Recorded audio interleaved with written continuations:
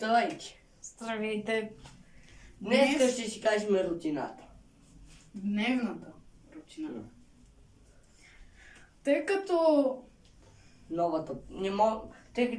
новата им поредица ви я казахме в предното видео. Нашата дневна рутина се изисква 4 основни части. Ставане, ядене, пиене, спане. на първо. Дечица, след ставане мийте зъбки. Нали? Това ние не си ги миеме, някой от нас. Фамилия Теофанови. Да. Това, какво беше? Чакай да ти продължи нататък, че има. Много яко видео, хора! След това ядем, какво намерим. След това играем, какво Той намерим. най-вече спи. След това пак ядем, какво намерим. След това пак играем, какво намерим. След това пак ядеме и след това гледаме телевизия и... Само да кажа едно нещо. Аз съм от Бургас. Той е от София.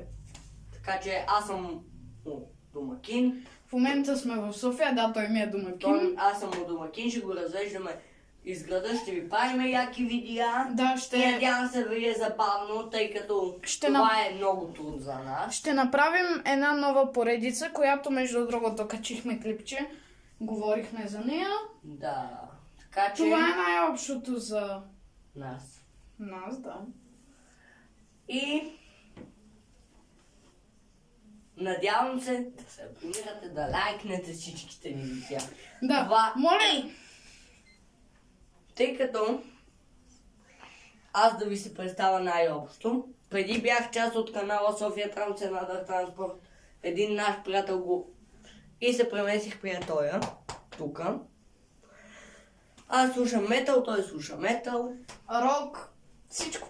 Всичко по-твърдо да е, само че. Да. Не чалка. Никога не слушам. Не. Само, Ще ходим на моля ви за едно нещо. in the Lime Valley. Моля ви за едно нещо, ако ви харесват видеята и да не ви харесват, да се абонирате, защото ни трябват още няколко абоната, още 50 абоната за лайв видеа и ще правим лайв видеа. Да, лайфове. Еми, чао. Чао!